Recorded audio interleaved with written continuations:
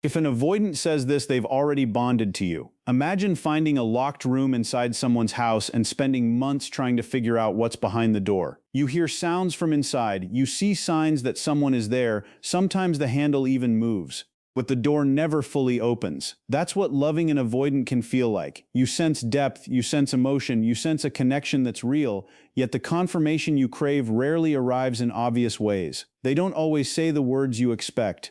They don't always express attachment in recognizable forms. In fact, one of the biggest mistakes people make with avoidance is waiting for dramatic declarations when the real signs of bonding are often hidden inside ordinary conversations. A single sentence, a small confession, a casual comment that sounds insignificant unless you understand what it actually means. That's what we're exploring today, because there are certain things avoidants say that reveal far more than they realize. And once you understand the emotional weight behind those words, you'll never hear them the same way again. And if you're fascinated by the hidden psychology of avoidance and want to understand what they're really communicating beneath the surface, hit subscribe and stick around, because some of the strongest signs of attachment are often the easiest to miss. One of the most surprising realities about avoidance is that the moment they bond with someone rarely looks dramatic from the outside. There is no emotional announcement, no giant revelation, no clear milestone where they suddenly declare, "You've become important to me." Most avoidants don't experience attachment that way. In fact, many of them are barely aware of how deeply attached they've become until much later. Bonding tends to reveal itself indirectly, through language, through habits, through moments where their guard slips just enough to expose what has been happening underneath. This is why people often miss the signs completely. They're looking for obvious evidence while the avoidant is speaking an entirely different emotional language. The relationship may already hold tremendous significance, yet the proof appears disguised inside subtle statements that seem almost casual. That's because avoidants often communicate feelings in ways that feel safer to them. They reveal attachment in pieces rather than declarations, fragments rather than speeches, hints rather than announcements. And if you don't understand the psychology behind those moments, you may completely overlook one of the strongest signs that they've already formed a genuine emotional bond. To understand why this happens, you first have to understand why avoidants guard their feelings so carefully in the first place. For many avoidants, emotions are not simply emotions. They are exposure, vulnerability, risk. The deeper the feeling, the greater the perceived risk attached to it. This creates an unusual dynamic where attachment itself can feel threatening. Most people experience bonding as comfort. Avoidants often experience bonding as comfort mixed with fear. They enjoy the connection, but they also become aware that they now have something to lose. They begin caring about someone else's presence, someone else's opinion, someone else's role in their life. And that awareness can feel deeply unsettling for a person who has spent years relying primarily on themselves. This is why avoidants often develop habits of emotional protection. They downplay their feelings, they minimize their needs, they act less attached than they really are. They keep certain thoughts private. They create distance whenever emotions begin feeling too intense. None of this necessarily means they don't care. Quite often it means they care enough for vulnerability to feel dangerous. The stronger the bond becomes, the more carefully they may guard it, not because they want to lose it, but because they fear what that attachment reveals about their dependence on another person. This leads to one of the most important distinctions in understanding avoidance: the difference between interest and bonding. Many people confuse the two. Interest is attraction, curiosity, excitement, chemistry. Interest is enjoying someone's company and wanting to spend time with them. Bonding is something much deeper. Bonding happens when another person starts becoming emotionally significant, when they stop being an experience and start becoming part of your internal world. Avoidants can experience attraction relatively easily. They can enjoy someone, admire someone, desire someone, but genuine emotional bonding is different because it requires trust. It requires emotional investment. It requires allowing another person to matter. That's why some avoidants can appear warm, affectionate, and interested while still remaining emotionally guarded. They enjoy the connection, but they haven't yet allowed that connection into the deeper parts of themselves. Once bonding begins, however, the dynamic changes. Their thoughts become more personal, their attention becomes more consistent, their emotional reactions become more meaningful. The relationship begins carrying weight, and that's exactly why the phrases we're discussing in this video matter so much. They often reveal the transition from simple interest to genuine attachment. One of the clearest examples appears when an avoidant says something like, "I don't usually tell people this." At first glance, it may not sound particularly emotional, it doesn't resemble a love confession, it doesn't sound romantic, it doesn't even seem especially dramatic. Yet psychologically, this sentence carries enormous significance, because what they're really saying is, you now have access to a part of me that most people never see. Trust is one of the rarest currencies in the avoidant world. They don't hand it out casually. They don't offer deep personal disclosures to everyone they meet. Most avoidants become highly selective about what they reveal and who they reveal it to. So when they voluntarily share something personal, painful, embarrassing, meaningful, or deeply private, they're doing much more than telling a story. They're extending access, they're lowering defenses, they're allowing someone into territory they usually keep protected. This could be a childhood experience, a hidden insecurity, a personal regret, a fear they've never discussed openly, a dream they've never spoken out loud. The specific topic matters less than the act itself. What makes the moment significant is the willingness to be seen.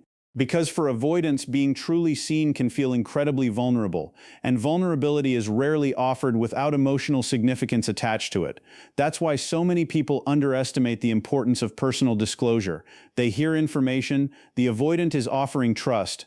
They hear a story. The avoidant is quietly revealing attachment, and often without realizing it, that single sentence becomes one of the strongest indications that the relationship has already crossed into something much deeper than either person may have fully acknowledged yet. And once an avoidant begins sharing pieces of themselves that most people never see, something even more meaningful usually starts happening. The disclosures become less accidental and more consistent. At first it may be a single story, then a private opinion, then a fear they normally keep hidden. Then a regret they rarely discuss. Before long, you're no longer just learning facts about them, you're being invited into their inner world. This is one of the strongest indicators that bonding is already underway, because avoidants are often extremely careful about who gets access to their internal landscape. Most people only see the version they present publicly, the capable version, the independent version, the version that appears self-contained and emotionally controlled. But every person has thoughts they don't share freely, doubts they don't reveal casually, dreams that feel too personal to expose. When an avoidant starts letting you see those parts, they are doing something much bigger than having deeper conversations. They are gradually allowing emotional intimacy. They are testing what it feels like to be understood rather than simply observed. They are discovering whether someone can handle their complexity without trying to fix, control, or judge them. What's important here is that these revelations rarely arrive all at once. They emerge layer by layer. Each disclosure becomes a small act of trust. Each act of trust becomes evidence that the relationship feels emotionally safer than most. And when enough of those moments accumulate, the bond deepens whether they consciously acknowledge it or not. This is often when another phrase appears, one that sounds simple on the surface but carries enormous emotional significance underneath. I feel comfortable around you. Most people hear comfort and assume it's a mild compliment. For an avoidant, it can mean much more. Comfort is not something they give away easily, because genuine comfort requires lowering defenses.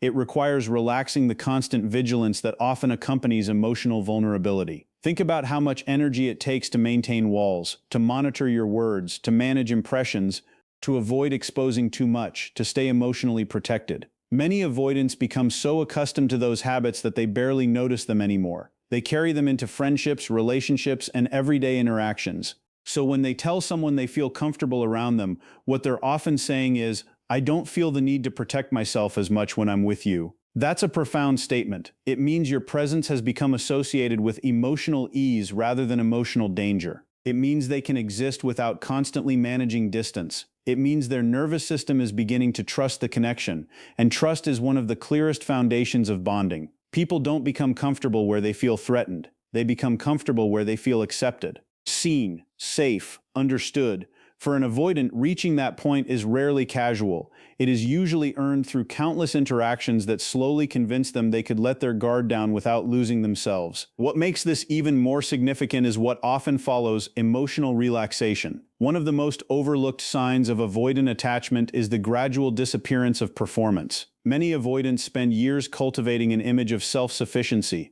Not because they're dishonest, but because independence became a source of security. They learned to rely on themselves, they learned to keep certain needs private, they learned to function without expecting too much from others. Over time, that independence can become part of their identity. But when they bond deeply with someone, something subtle changes. The constant effort to appear completely unaffected begins fading. They stop feeling the need to prove they have everything under control all the time. They stop managing every emotional expression so carefully. They become more spontaneous, more relaxed, more authentic. The shift can be difficult to notice because it happens gradually, yet it's incredibly meaningful. It signals that they're no longer relating to you from a position of emotional defense. They're beginning to relate to you from a position of trust. They no longer feel compelled to maintain the same level of distance.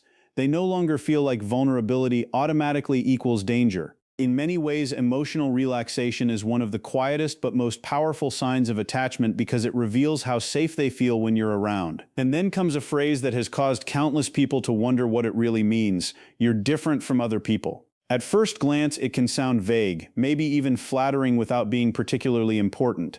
But when an avoidant says this sincerely, it often carries far more weight than people realize. Avoidants spend a lot of time observing. They notice how people behave. They notice how people react under pressure. They notice who respects boundaries and who doesn't. They notice who creates emotional safety and who creates emotional chaos. Because trust is so important to them, they tend to evaluate relationships carefully. So when they tell someone they're different, they're often expressing something very specific. They are recognizing that this connection feels different from what they've experienced before. Perhaps they feel more understood, more accepted, more comfortable, more emotionally safe. Perhaps they find themselves sharing things they normally keep hidden. Perhaps they notice themselves wanting more closeness than usual. Whatever the reason, the statement often reflects emotional significance rather than simple admiration.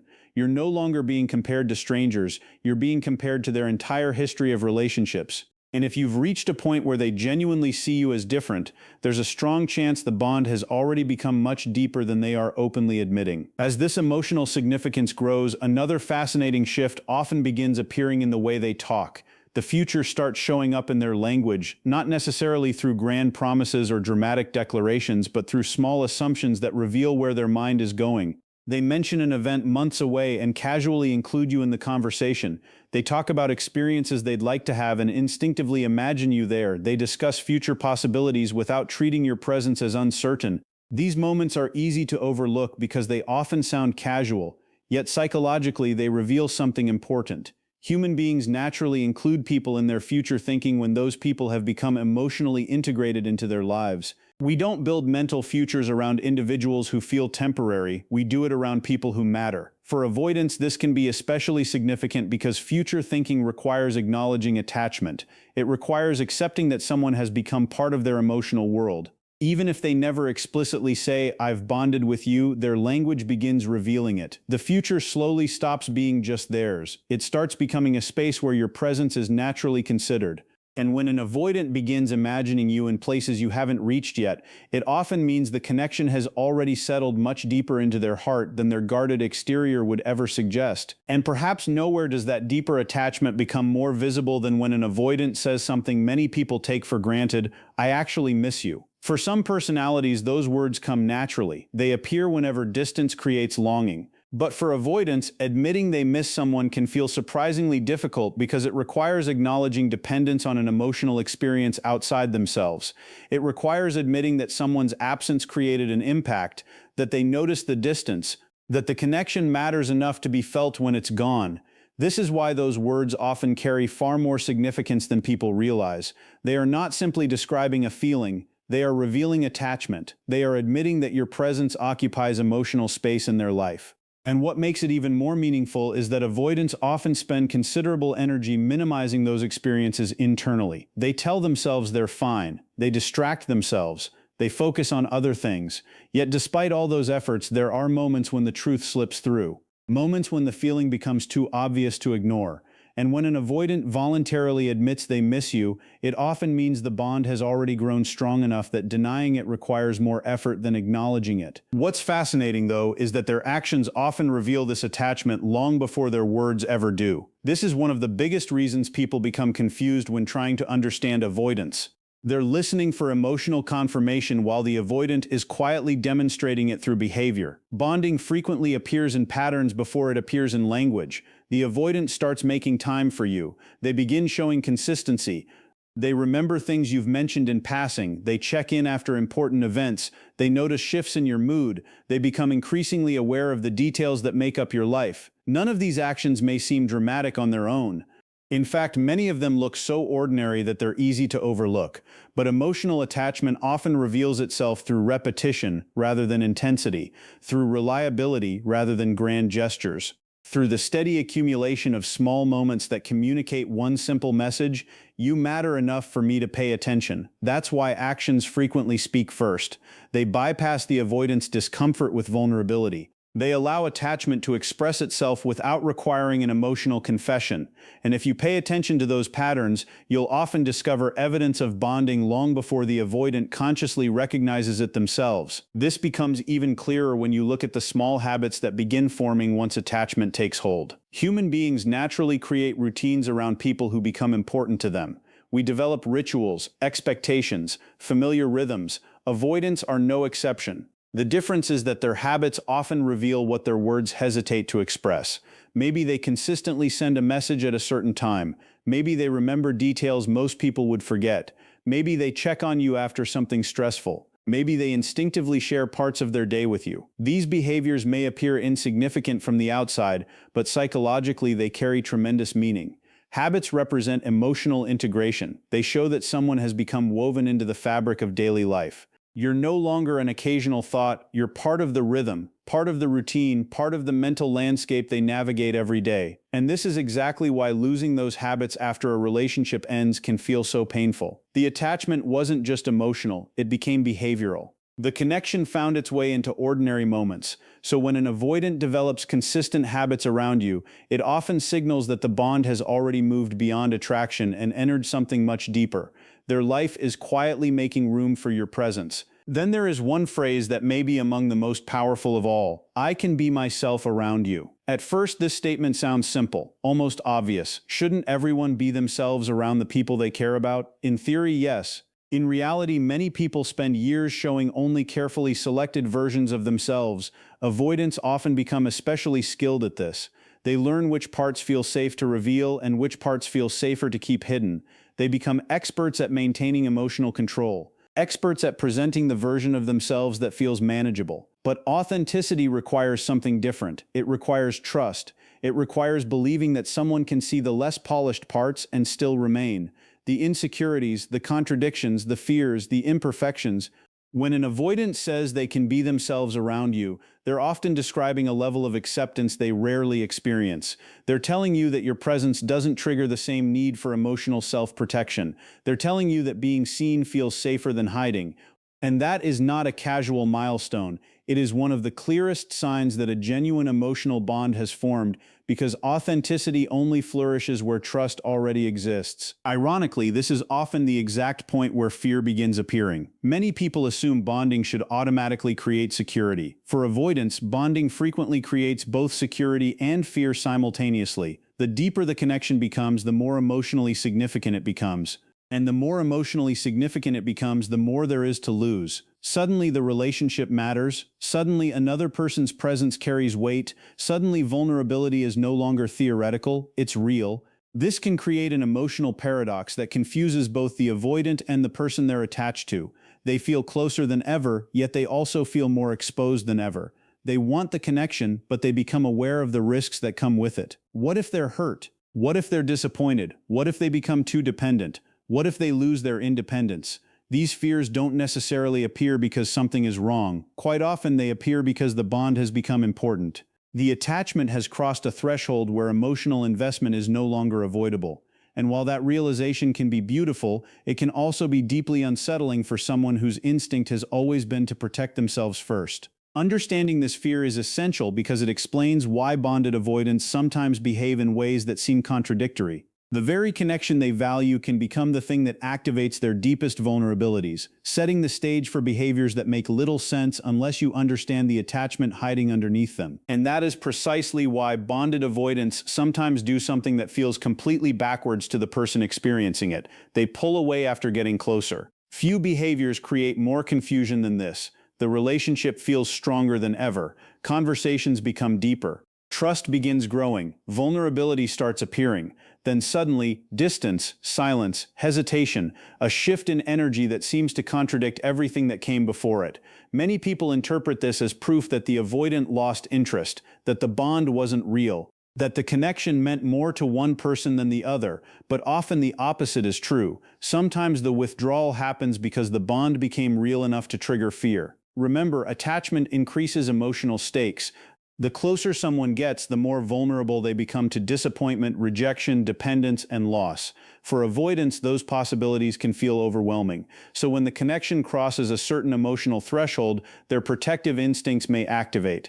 They create space not because they feel nothing, but because they suddenly feel too much. This doesn't make the behavior healthy, it doesn't make it easy to endure, but it does explain why closeness and distance can coexist inside the same person. The relationship starts awakening needs they are not fully comfortable with, and their instinct is often to regulate that discomfort through space. Understanding this dynamic is crucial because it prevents you from automatically assuming that every retreat is evidence of emotional detachment. Sometimes it is evidence of emotional significance colliding with emotional fear.